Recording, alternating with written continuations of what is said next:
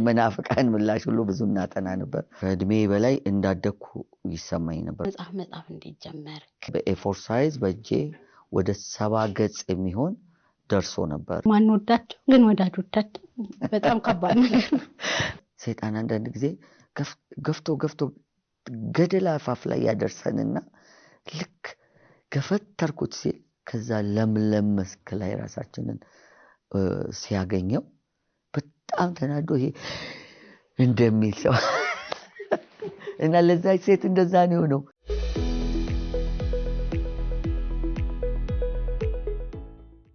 በየሳምንቱ በዚህ ሰዓት የሚቀርብላችሁ ብርሃን ሾው ነው። እዚህ ፕሮግራም ላይ የተለያዩ ርዕሶች ጉዳዮችን እያነሳን እንወያያለን።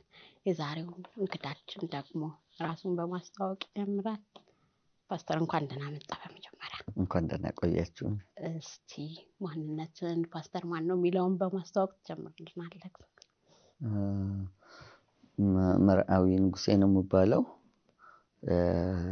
የቤተክርስቲያን ውስጥ በመጋቢነት አገለግላለሁ። ከዛ ውጪ ደግሞ ጸሐፊ ወይም ደራሲው ነኝ።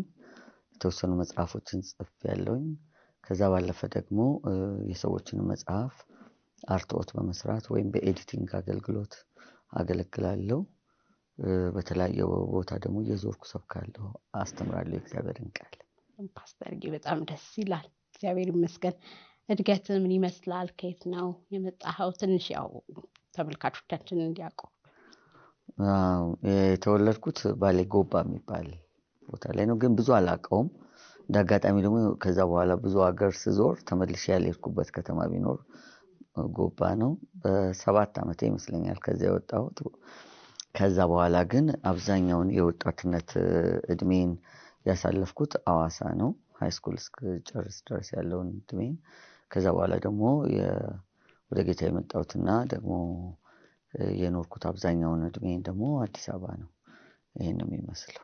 ጌታንም ያገኘከው አዲስ አበባ ነው ማለት ነው?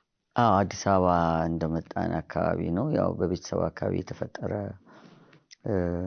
ድንገት ችግር ነበር። የአባቴ ድንገት ታሰረ በፖለቲካ ምክንያት። ያ ገፊ ምክንያት ሆነ። የሆነ እውነትን መፈለግ፣ መጽናኛ መፈለግ እና በወቅቱ የወንድሞች ነበሩ በኦርቶዶክስ እንቅስቃሴ ውስጥ የነበሩ እዛው ጌታን የሚያመልኩ መጽሐፍ ቅዱስ የሚያጠኑ። ከዛ ከነሱ ጋር የመገናኘት እድል ገጠመኝ። ያው እዛው ሆኜ ጌታን ስፈልግ መጽሐፍ ቅዱስ ውስጥ ነው ያገኘሁት። ማንም ጌታን አልመሰከረልህም ማለት ነው? እኔ ብቻ ሳልሆን ብዙ ወጣቶች ነበርን የዛን ጊዜ። አብዛኞቻችን ወይ 20 ዓመት ጫፉ ላይ ነን ወይ 20 ዓመት ያልሞላን ማለት ነው። ከ20 ዓመት በፊት ነው ብዙዎቻችን። እና እውነትን ስንፈልግ መጽሐፍ ቅዱስን እርስ በርሳችን እናጠና ነበር። ቤተክርስቲያን ሄደን ደግሞ የሚሰጠውን ትምህርት እያንዳንዱን ነገር በመጽሐፍ ቅዱስ አጥልለን መጽሐፍ ቅዱስ የሚለው ምንድነው፣ እንደዚህ ተምረናል የሚለውን ነገር እርስ በርስ ለመመካከር እንሞክር ነበር። ሌላው ደግሞ አብሮ በተለይ ስላሴ ካቴድራል በጣም ደስ የሚል መዝሙር ነበር። አሁን ይኑር አይኑር አላውቅም። በቅዳሴ መካከል ያለው የዲያቆናቱ የሚዘምሩት ዝማሬ ያለ ምስማክ የሚባለው ማለት ነው ካልተሳሳትኩ። እዛ ላይ በፒያኖ ይታጀባል ካቴድራል ውስጥ። በጣም ደስ የሚል ነበር። ከዛ የሰንበት ትምህርት ቤት ደግሞ አለ። እዛ ሰንበት ትምህርት ቤቱ በጣም ደስ የሚል የዝማሬና የቃል ጊዜ አለ። ጳጳሳቶቹን ጨምሮ አሉ የተባሉ በቤተክርስቲያን ውስጥ የሚገኙ አገልጋዮች እየመጡ ያገለግላሉ። ብዙ ዛሬ የምላቸውን የህይወት አስተሳሰቦችንና አመለካከቶችን የመጽሐፍ ቅዱስ ትምህርቶችን ያገኘሁት ያው ከነሱ ጋር ነው። እነሱ በሚያስተምሩት ነው። ከዛ እንጠይቃለን። ስንጠይቅ ያንን ጥያቄ ደግሞ በስርዓት ሳይመለስልን ሲቀር ወይ ሲቆጡን ደግሞ አይ ያነሳነው ጥያቄ ልክ ቢሆን ነው ብለን ያንን ተቀብለን እንሄዳለን። እና እስከዛሬም ድረስ ምንም አይነት ነገር እኔን ሳይጥመኝ ሳልቀበለው አሜን አልልም። እና እዛ የለመደብኝ ማለት ነው። በዛው ነው ወደ አገልግሎቱ የመጣከው ወይስ እንዴት ነው? ለብዙ ሰው ስመሰክር እንዴት ወደ አገልግሎት መጣ ስባል የምመሰክረው አንድ የራሴ ታሪክ አለኝ፣ ትንሽ ከሌላው የማይገጥም። እኔ በአንድ ቀን 3 ነገሮችን የተቀበልኩት ብዬ ነው የማስበው። አንደኛው ጌታን ራሱን ያው ለተቀበሉት ስለሚል፣ ሁለተኛ አገልግሎትን፣ ሶስተኛ ሙሉ ጊዜ አገልጋይነትን። እንደውም ከአገልጋይነትም መጋቢነት ወይም ፓስተርነትንም አብሬ የተቀበልኩት የመጀመሪያው ቀን ነው። ለምንድን ነው ብትይኝ በወቅቱ እኔን የሚመስሉ ከኔ ጋር አብረው የወጡ በዛ ስርዓት ውስጥ ያለፉ ወጣቶች ነበሩ ወይም ታዳጊ ወጣቶች። ስለዚህ እንዲሁ ከልጅነቴ ጀምሮ ደግሞ በተፈጥሯዊ ማንነቴ ውስጥ ይሄ መሪነት፣ የማስተባበር፣ ተከታይ የማፍራት እድሉ ስለነበረኝ እነሱን አስከተልኩ ማለት ነው። ከዛ ቆይቶ ፓስተር እንደሚባል እንደኔ አይነት ሰው ገባኝ። በሆነ ጊዜ ሊቀመንበር ሙሴ የጽዋ መሪ ማለት ነው ወይም ሰብሳቢ እንደዛ ተብዬ አውቃለሁ። ግን ወዲያው ዞር ስንል ቀና ሲባል እንደኔ አይነት ሰው እንደዛ እንደሚባል ሳውቅ ያው እንደዛው አደግኩ ማለት ነውና ወደ አገልግሎትም የመጣሁት ወዲያው ነው። ምክንያቱም እዛው መጽሐፍ ቅዱስ እያነበብን፣ ምክንያቱም ከኛ በላይ ሌላ ሰው አልነበረም የሚያስተምረን። ይህ ማለት ከዛ በኋላ በሌሎች እጅ አልሰለጠንኩም አልተማርኩም ማለት አይደለም። በተለይ መጽሐፋቸው የብዙዎቹ መጽሐፍት በጣም ጠቅሞኛል፣ በርቀት ያሉ የአንዳንዶቹም ደግሞ ካሴቶች በተለይ ከሰሜን አሜሪካ በአልበም እያሸጉ የሚልኳቸው ነበሩ። ከነዛ መካከል በጣም ባለውለታዬ የምለውና እንደውም አንድ ጊዜ እድሉን አግኝቼ በመድረክ አመስግኘዋለሁ ሐዋርያው ዳንኤል ወይም ጋሽ ዳንኤል ለኔ በቃ የመጀመሪያ ደረጃ አስተማሪ ነው፣ የደቀ መዝሙር አስተማሪ ነው ማለት እችላለሁ። ካሴቶቹን በጣም በጉጉት አዳምጣለሁኝ። እነሱ ናቸው። ሌላ ቄስ ቶሎሳ እሳቸውን መልእክቶችን እናዳምጥ ነበር። ማለት ተደብቀን ነው ባይዘው የምናዳምጠው የዛን ጊዜ፣ ምክንያቱም ክልክል ስለሆነ። እኛም ደግሞ በጣም መናፍቅ እንጠላ ስለነበር ጴንጤ በጣም ራሱ የመናፍቃን ምላሽ ሁሉ ብዙ እናጠና ነበር። ከዛ በመዝሙር ደረጃ ደግሞ በጣም ማረሳው የተስፋዬ ጋቢሶ የፓስተር አሁን ተስፋዬ ጋቢሶ መዝሙሮች በጣም ጠቅሞናል። እንደ ስብከት ያክል ነው የምንሰማቸው። ለምሳሌ ከነዛ መካከል ነፍሴም ወደ አምላኳ ስጋም ወደ አፈሩ ሳይመለስ የሚለው ለኔ እስካሁንም ድረስ እንደ ህይወቴ መልህቅ የጣልኩበት ዝማሬ ነው ብዬ አስባለሁ። ከዛ በኋላ የሌሎቹን ዝማሬዎችም የማዳመጥ እድል ገጥሞኛል። ይሄን ይመስላል። በጣም አመሰግናለሁ ፓስተር። አሁን እንዳልከው እዛ እነሱ መካከል ሆነክ መጽሐፍ ትጽፍ ነበር ወይስ መጽሐፍ የጀመርከው ከዛ በኋላ ነው? ያው ስምንም ስታስተዋውቅ እንደራሲም በሚለው ስለሆነ የገባ ነው። መጽሐፍ እንዴት ጀመርክ? መቼ ተጀመረ? እና ብዙ መጽሐፎች እንዳሉ አውቃለሁና አሁንስ ስንት እንደደረሰ? እንግዲህ የመጽሐፍ የጀመርኩበት ታሪክ ብዙ ነው። አንደኛው ትምህርት ቤት ነው። ትምህርት ቤት የስነ ጽሁፍ ውድድሮች ሲደረጉ እጽፍ ነበረ። በተለይ እነዚህ ውስጠ ወይራ የሆኑ ጽሁፎችን መጽሐፍ ያስደስተኝ ነበረ። ስለማንኛውም ጉዳይ ሊሆን ይችላል።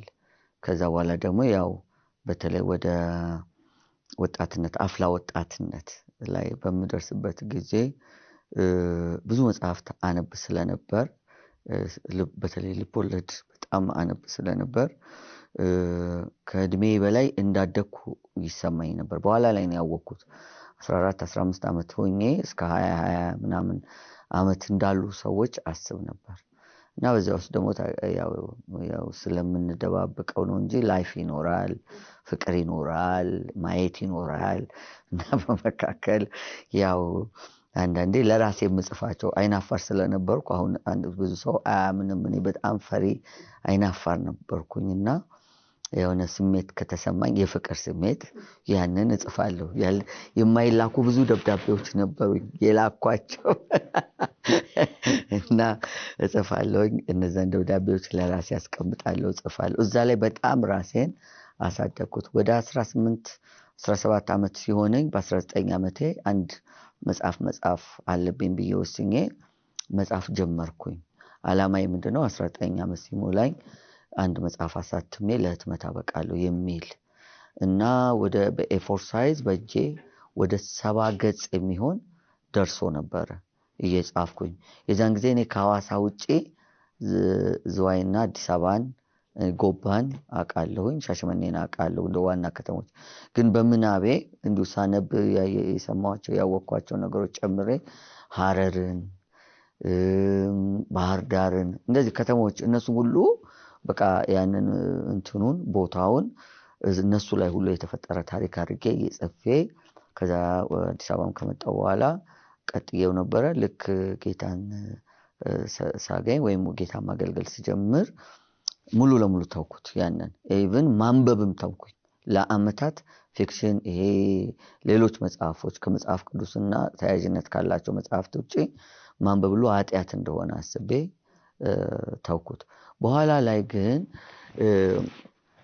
የሆነ ጊዜ የመጀመሪያ መጽሐፍ የጻፍኩት ምንድነው እኛ እንዳልኩሽ ከዛ የወጣን ስለሆነንና ትምህርትም ስለ ብዙም ጠለቅ ያለ ትምህርት የመማሩ እድል በዛ ስላልነበረን የሚከታተለን እኛ የራሳችን የሆነ ማቴሪያል የክትትል ትምህርት ማስተማሪያ ማቴሪያል ያስፈልገናል ብለን አሰብን።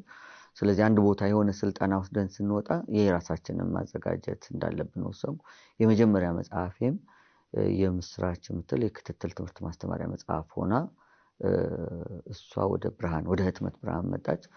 እሷ ደግሞ ብዙ ፈተና ይዛ መጣች፣ በጣም ብዙ መከራ እና በዛ ነው ግን መጽሐፍ የጀመርኩት። ግን ብዙ ሰው በሷ ተምሮ በሺዎች የሚቆጠሩ አማኞች ተጠምቀዋል። እንደውም አንድ ሰው በቅርብ ቀን ደወለልኝና በአመት 2 አመት እንደዚህ ሆነዋል ታውቃለህ በዛች በአንዷ መጽሐፍ ከ200 ሰው በላይ አስጠምቄያለሁ አለኝ። አንድ መጽሐፍ እጁ በደረሰችው ማለት ነውና ብዙ ሰዎች ይጠቀሙባት ነበር። እንደውም አሁን እንደገና አፕግሬድ አድርጌያት ለህትመት እንደገና ላበቃት አሁን ኦሬዲ ዝግጅቴን ጨርሻለሁ።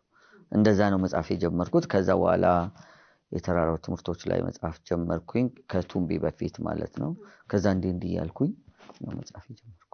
እንግዲህ በጣም ብዙ እንደሆኑ ነው ማውቀው። እኔ 8 አውቃለሁ። አሁን ስንት ደረሱ ፓስተር? 8 የራሴ ያሉኝ። ከዛ ውጪ እንደ ሻዶ ራይተር ምናምን ሆኜ የጻፍኳቸው አሉ። ኤዲት ያረኳቸው ብዙ አሉ። ከጀርባ ሆኜ ያቀናበርኳቸው አንዳንዶቹም በጣም ሐሳብም ጭምር አዋጥቼ በደንብ ግብአት በውስጣቸው አድርጌ የጎደለውን መልቼ ምጽፈው አለ። የተለመደ ነው በነጮቹ፣ በእኛ ብዙ አልተለመደም። አንዳንዶቹን ደግሞ ትንሽ የቃላትና የስርዓት ደግሞ አርትወርክ ሰርቼ ወጥቷል። አንዳንዶቹን ደግሞ ሌአውት ዲዛይንም እንደዚህም ሰራለሁ። እንደዛ ዝም ብዬም ደግሞ በስሱ ሌአውት ብቻ ሰርቼ የገጽ ቅንብር ብቻ ሰርቼ የጨርሳቸው አሉ። ብቻ ብዙ ናቸው። አሁን ሙሉ መጋቢ ባልሆን ኖሮ በጣም የምወደው ስራና አገልግሎት በነገራችን መጽሐፍ ነው። ከፓስተርነት ይበልጥብሃል በጣም። አንደኛ ሰላማዊ ነው። ከወረቀትና ወይም ከኮምፒውተር ጋር ብቻ ነው የምትገናኘው። አሁን ፓስተር መሆን በጣም ከባድ ነው። አሁን የገባኝ ከአመታት በኋላ ነው እንደገና ቤተክርስቲያን ፓስተር ማድረግ የጀመርኩት። ጽሁፍ በምጽፍ ጊዜ በጣም ጥሩ ሰው ነበርኩ። አልነካካም። ወረቀትና እኔ ነን እና ፓስተር ሆኖ ጥሩ ሰው መሆን በጣም ከባድ ስለሆነ ያው አድካሚ ነው። ነፍስን ይጠይቃል። ቀን የዋልንበትን ሌሊት ማሰብ የሰው ነፍስ ነው፣ የሰው ህይወት ነው። በምድር ላይ በጣም ከባዱ ነገር ሰውን ደስ ማሰኘት እና ማርካት ነው። እንኳን ሰውን ሊያረካ ክርስቶስም እንኳን እግዚአብሔርም እንኳን ሰውን ሊያረካው የቻለ እስከማይመስል ድረስ ሰው አፈንጋጭ ሆኗል፣ ሞጋች ነው። ከዚህ የተነሳ ቀላሉን ስራ ነበር መመርጥ የነበረው። ብዙ ጊዜ እድሉም ሲቀርብልኝ እኔ ራሴን ስለምወድ መጋቢ መሆን አልፈልግም እላለሁ። ብዙ እድሎች ገጥሞኝ ነበር። በአጋጣሚ ነው ረፍቱን ያገኘሁት፣ አስቤው አይደለም። እግዚአብሔር እንድጽፍ ስለፈለገ ይመስለኛል። እነዚያ ያየሻቸው መጽሐፎች በጠቅላላ የጻፍኳቸው ረፍት እግዚአብሔር በሰጠኝ ከመጋቢነት ባረፍኩ ጊዜ ነው። ሌላው ከራሴ ባህሪ አንፃር ከባዱ ነገር በአንዴ መስራት የምችለው አንድ ነገር ብቻ ነው። ፎከስ ማድረግ የምችለው አንድ ነገር። ለምሳሌ አንድ መጽሐፍ ከጀመርኩ እሱ ላይ ነው። ለመስበክ እቸገራለሁ፣ ሌላ ኮሚትመንት ውስጥ ለመግባት እቸገራለሁ እና በዚህ ምክንያት በጣም መጋቢ መሆን ብዙ ወይም ቤተክርስቲያን ውስጥ ፓስተር ማድረግ ብዙ ፍላጎት የለኝም። እና ጓደኞቼ በጣም ዋጋ ከፍለው ብዙ መጋቢ ሲሆኑ ቸርች ፕላን ሲያደርጉ በጣም እገረምባቸው ነበር። እና እኔ ሰው ደክሞ በመሰረተው ቤተክርስቲያን ሄጄ መስበክና ማስተማር እየቻልኩኝ እና በጣም ቀላሉ ስራ ደግሞ መስበክ ነው። ገባሽ? የተዘጋጀ መድረክ ነው። ምንም የደከምሽበት አይደለም። መድረኩ ተዘጋጅቷል። ሙዚቃ መሳሪያው፣ የድምጽ መሳሪያ፣ ሁሉ ነገር ተዘጋጅቶ አንቺ ድምጽሽን ብለሽ መስበክ ብቻ። ይሄን ስል መስበክ ቀላል ነው ስልሽ ከመጋቢነት አንፃር ነው እንጂ እዛም ላይ በተለይ ፋይዳ ያለው ዋጋ ያለው የሰዎችን ህይወት የሚቀይር የሚነካ ፈቀቅ የሚያደርግ የእውነት ከአንድ ነገር ወደ አንዱ ነገር የሚያሻግር መልእክት ማግኘት ምጥ ነው። መልእክቱ እስኪገኝ ድረስ ግን ያለው ምጥ በጣም ከባድ ነው። አንዳንድ መልእክቶችን እንደው ምን አላቸዋለሁ እንደ ፈንዲሻ ናቸው እላለሁና እንደ ፈንዲሻ ምንድነው የሆነ ትንሽ ሆና ያው ብረት ድስት ትሞላለች፣ ታጨናንቃለች እና አንዳንዶች እዛ እንደ ፈንዲሻ አዘልሎ አስሩጦ አስጮሆ ስትሄጂ ግን ካንቺ ጋራ ምንም የሚሰነብት ነገር የለም። የእውነት ነው ወይ ስትይ ተረጋግተሽ ስታስቢው ምንም ነገር በቃ ዛሬ ምንድነው የሰማሁት ምን ተባልኩ እና ነገር ኢቭን የግልቲ ሁሉ ሊሰማሽ ይችላል በጮሹ ጮህት። ግን ሰው ህይወት ውስጥ ገብቶ ቢያንስ ከአንድ ነገር ወደ አንድ ነገር የሚያሸጋግር መሆን አለበት ብዬ አስባለሁ። እኔ በተግባራዊ ክርስትና በጣም ነው ማምነው። የተነገረንን ወደ ተግባር መቀየርና መልእክቶች ሁሉ እንደዛ እንዲሆኑ ስለምፈልግ በጣም መጣለው እስኪመጣ። ግን ያን ልጁን ካገኘሽ በኋላ የስብከት ልጁን እሱን ይዞ መዞር እግዚአብሔር እንደረዳ መጠን ያኛው ቀላል አገልግሎት ነው ብዬ ነው። አዎ አሁን ካነሳው ፓስተርዬ መስበክ ቀላል አይደለም። አሁን እንዳልከው የምናነሳበትም ርዕሰ ጉዳይ ወደሱ ያመጣኛልና አንተ አመጣህ የወለድከው ምን ያህል ሰዎችን እየቀየረ እኛንም ላይፋችንን እየነካ እንዳለ ምስክሮች ነን አይደለ? ስለዚህ በጣም ተጨንቀህ ያወጣኸው አንዱን እንግዲህ ዛሬ እሱን ነው የምናነሳው አይደል? ትምህርትና ይሄ ትምህርት እኛም ብዙ ስለነካ ሌሎችንም በጣም እንደሚያስተምር ስለማምን ነው። እና የማንወዳቸው ወዳጆቻችን የሚለው ትምህርት በጣም ስትሮንግ ነው። ደግሞ አመጣህ እንደወለድከው በደንብ ያስታውቃል። በጣም ትልቅ መልእክት ይዞ ነው የወጣውና እስቲ ከርዕሱ እንኳን ተነስተን እንጀምር። የማንወዳቸው ግን ወዳጆቻችን በጣም ከባድ ነገር ነው። የማንወዳቸው ወዳጆቻችን መልእክቱ ሲጀምር እንደማስታውሰው ስናገር ምንድነው እነዚህ ሰዎች በአመታት መካከል በህይወታችን የገጠሙ ናቸው። በእነሱ ምክንያት ብዙ ነገር ሆነናል። ከጉዟችን ተደናቅፈናል። የማንወደውን መንገድ እንድንሄድ ሆነናል። ስለነሱ ማሰብም ሆነ ማስታወስ አንፈልግም። ምናልባት በእነሱ ምክንያት ከሀገር ተሰደናል። ምናልባት ትዳራችን ፈርሷል። ምናልባት ልጆቻችን ተበትነዋል። ምናልባት ከስራ ተባረናል። እና ስለነሱ ጥሩ ትዝታ ስለሌለን በህይወታችን መልካም እንደሆነልን አድርገን ማሰብ ፈጽሞ አይሆንልንም። እኔ ግን ዛሬ ስለማንወዳቸው ወዳጆቻችን ነው የምነግራችሁ ብዬ ነው ካስታወስኩኝ።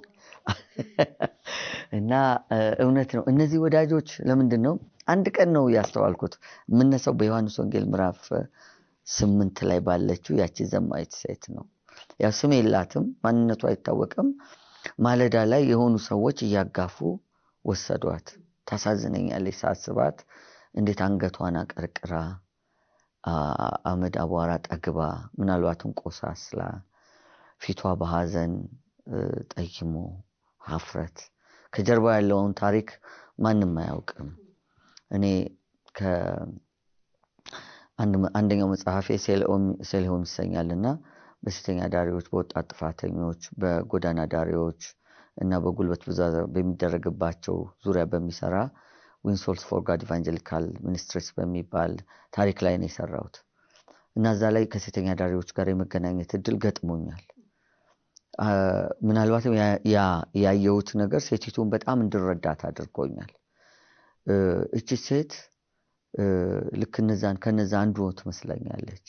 መጽሐፉን ጽፍ በሚገርም ሁኔታ 2-3 የሚሆኑ ሴቶች ከኢንተርቪው ካደረኳቸው ለመጀመሪያ ጊዜ ከወንድ ጋር የተኙት በዚህ ህይወት ውስጥ ከገቡ በኋላ ነው። ወንድ አያውቁ።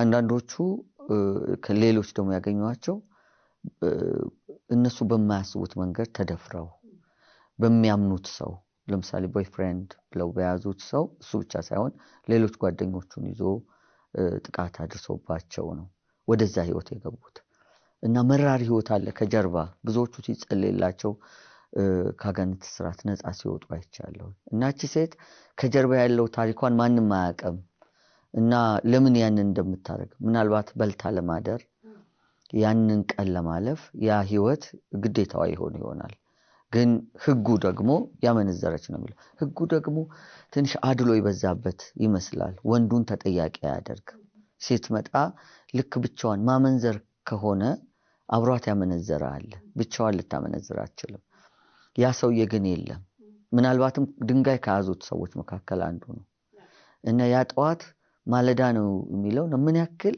ለዚያች ሴት የሰቀቀን እንደሆነ ይገባኛል እና የመጣችበት መንገድ ኢየሱስ ፊት የቆመችበት እና ያቀረቀረች እሷን አስበ ነው መልእክቱ መጀመሪያ የመጣውና ግን የህይወት ራስ የሆነው የህይወት ውሃ የህይወት እንጀራ የሆነው ኢየሱስ ጋር ነው ያመጣዋት እና እሱ ቀላል ጥያቄ ነው ከናንተ ኃጢአት የሌለበት ቀድሞ ይውገራት አንዳንድ ኮሜንታሪዎች ይሄን በጣም ረቀቅ ሲያደርጉት ከናንተ በዚህ ኃጢአት ያልተያዘ ሰው ቀድሞ ድንጋዩን ያንሳው ነው የሚለው ይሄንን ያልፈጸመ ከመካከላችሁ ይሄንን ያልፈጸመ ሰው እስቲ መጀመሪያ ድንጋዩን ያንሳው እና የኦርቶዶክስ አባቶች ብዙ ምሳሌዎቻቸው መካከል አንዱ ስለዚህ ሴት ሲመስሉ ምን ይላሉ ልክ ይሄንን ሲል ኃጢአታቸው አንዱ በሌላው ግንባር ላይ ተጽፎ አዩት ልክ ስክሪን ላይ እንደተጻፈ ያክል ያዩትና ሁሉም ድንጋያቸውን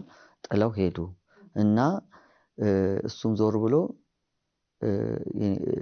አንቺ ሴት የፈረደብሽ አንድ ስንኳ የለም ሲላት አንድ የለም ስትል እኔም አልፈርድብሽም ሂጂ አላት ማለት እዛ መካከል በዚህ ኃጢአት ያልተያዘ መጽሐፍም እንደሚናገረው ኃጢአት ያላወቀችው ኃጢአት ፈጽሞ አንዳንድ ሰዎች ግርም ይሉኛል ደፍረው ኢየሱስን እግዚአብሔር ራሱን ኃጢአት አደረገው ሲሉ ስለ ኃጢአት ምትክ እንጂ ስለ ኃጢአትነቱ የሚናገር ባልሆነ ክፍል አከራካሪ በሆነ ክፍል ላይ ተነስተው ለስብከት ማሳመሪያ ወይም በጣም ኢየሱስን ትልቅ ሊያረጉትም ፈልገው ሊሆን ይችላል አላቅም ግን ሲሉ ይገርመኛል እንደዛ አይደለም ሐሳቡ የሚለው ስለ ኃጢአተኞች ምትክ መሆኑን ነው የሚናገረው ግን ኃጢአት ያላወቀውን ያ ጻድቅ የሆነው እሱ ጋር ነው አንደርድረው ያመጧት ያቺ ምስኪን ሴት ሊጎዷት ፈጽሞ ውለታ ሊውሉላት ምናምን አይደለም ግን በቃ አንደርድረው ጠዋት ላይ እሱ ጋር ደረሱት በቃ አንቀሽቅሽው አምጥተው እና አንድ ጓደኛችን ሲናገር ልጅ ሆነን ምን አለ ሰይጣን አንዳንድ ጊዜ ገፍቶ ገደል አፋፍ ላይ ያደርሰንና ልክ ገፈተርኩት ሲል ከዛ ለምለም መስክ ላይ ራሳችንን ሲያገኘው በጣም ተናዶ ይሄ እንደሚል ሰው እና ለዛች ሴት እንደዛ ነው ታዲያ ቆይ አሁን ለዚች ሴት በዘመኗ ሁሉ ከነዚህ ሰዎች የተሻለ ወዳጅ ማን አላት በቃ ሰው ሁሉ ለፍቶ ጥሮ ግሮ እዚህ ጋር መድረስ ነው የሚፈልገው ማንንም ሰው ይሄንን ህይወት ቢያውቀው አውቀውትስ ቢሆን ኖሮ አይደለም ይለው ያልሰቀሉት የክብርን አምላክ የክብርን ጌታ ይሄ ህይወት ላይ ያደረሷት እነዚህ ሰዎች ናቸው እነዚህ ሰዎች ግን እስተዛሬ ድረስ ምንናገረው ጠላት ብለን ነው የማይወደዱ ናቸው እናስታውሳለን እኮ ገፍተው አምጥተው የሆነ ቦታ ላይ አድርሰውን ይያለ ግን ምንነል እንደ ጠላት እንደ ባላንጣ ምናምን አይደሉም ወዳጆች ናቸው እና ቅዱሱ መጽሐፍ በእንደነዚህ አይነት ታሪኮች የተሞላ ነው ከመጀመሪያው እስከ መጨረሻው እንደዚህ አይነት ታሪኮችን ነው የሚነግር አሁን ትርጉም ይሰጣል ልክ እዚህ ጋር ሲጀመር መጀመሪያ ርዕሴን ከተናገርኩ በኋላ ሳስተምርም እቺን ፓስወርድ ነው የምከተው ሰዎች እንዲሰሙት ማለት ነው አዎ ካነሳቸው 7 ነጥቦች በዚህ ጉዳይ ላይ ያው እንዳልከው ዮሐንስ 8 ላይ ያለችው ሴት ቀጥሎ ላለው ለሚመጣው ክብር ወደዛ ያንደረደሯት እንደነበር አይደል ወደዛ ወሰዷት ሌላ ዳይሜንሽን ውስጥ ገባች ማለት ነው አዲስ ህይወት ውስጥ ገባች ማለት ነውና ስለዚህ እኛም እንደዚህ የሚገፉን ሰዎች አሉ ያጋጥማሉ። እንደነዚህ አይነት ሰዎች እግዚአብሔር በህይወታችን ይልክልናል።